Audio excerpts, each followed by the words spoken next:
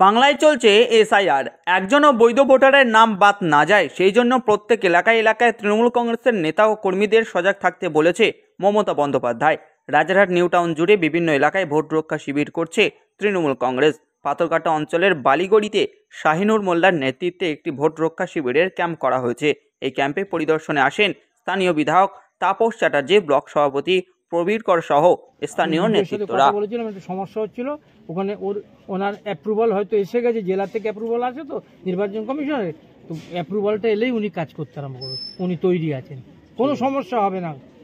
আমরা গতকাল থেকেই চালু করেছি এবং আমি এই 232 বুথের বিএলএ, তো আমি এখানে আমাদের ফর্ম ফিল আপ বাড়ি বাড়ি সবাইকে সাথে নিয়ে পৌঁছে দিয়েছিলাম বিএলওর সাথে থেকে আমি, এবং আমাদের গতকাল থেকে আমাদের ফর্ম ফিল আপের কাজ চলছে।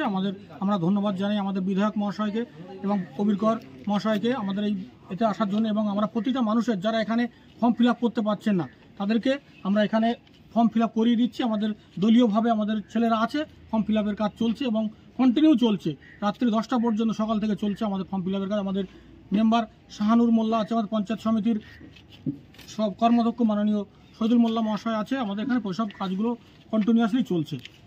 আতঙ্ক নেই। আমাদের রাজারহাট নিউ টাউন বিধানসভার মধ্যে যে কোনো রোহিঙ্গা বলেন, কোনো বাংলাদেশি বলেন, এরকম কোনো ভোটার কেউ কোনো আপনি দেখাতে পারবেন না। আমরা মুখ্যমন্ত্রীর নির্দেশ, বাংলার প্রতিটা ভোটারকে তাদের যেন কোনো বৈধ ভোটার বাদ না যায়। আমাদের লক্ষ্য আছে প্রতিটা ভোটারের তাদের ফর্মকে ফিল আপ করে এবং আমাদের নির্বাচন কমিশনার দপ্তরে পৌঁছে দেওয়া বিএলওর মাধ্যমে আমরা সেই কাজই চলছে। কোনো মানুষের কোনো আতঙ্ক হওয়ার কোনো কিছু নেই। প্রতিটা মানুষের আমরা চেষ্টা করছি ফর্ম ফিল আপ করে পৌঁছে দেওয়ার জন্য।